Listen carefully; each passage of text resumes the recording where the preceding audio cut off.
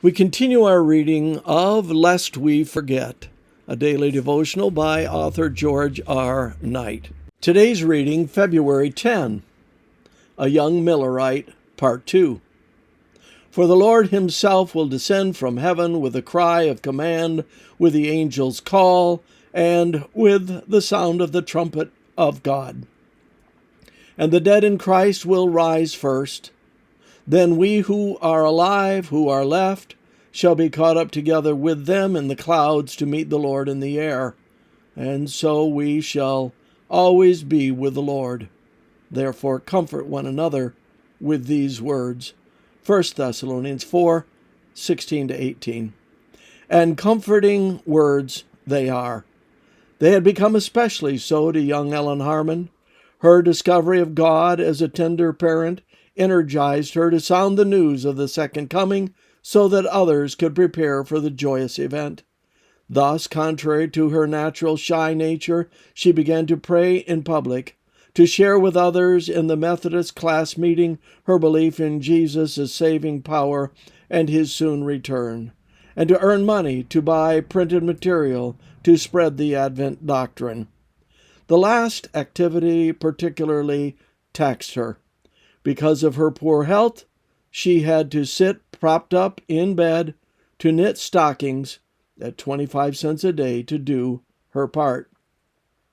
Intensely sincere, her conviction showed up in every aspect of her life. It led many of her young friends to faith in Jesus. Not only was Ellen zealous for the Advent truth preached by Miller, but so were her parents and siblings. But their local Methodist congregation, which taught that Christ would not come until after the 1,000 millennial years of peace and plenty, did not appreciate the constant agitation of the teaching on the soon return of Christ.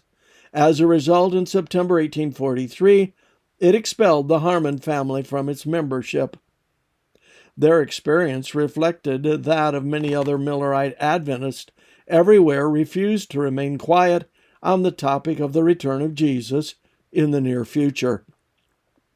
But Ellen and most other Millerites were not overly concerned with their expulsion from the various denominations. After all, Jesus would appear in a few short months, and then all their troubles would be over. With that hope in mind, the Millerite believers continued to meet together for encouragement as the predicted time approached. Joy filled their hearts. As Ellen would later put it, the period extending from 1843 into 1844 was the happiest year of my life. Life Sketch, page 59. Looking back, we realize that those believers were in error on the time of the Advent, but they were not wrong about the hope itself. The blessed hope of the advent of Jesus is still a joy that fills our hearts with anticipation. This concludes our reading today of Lest We Forget.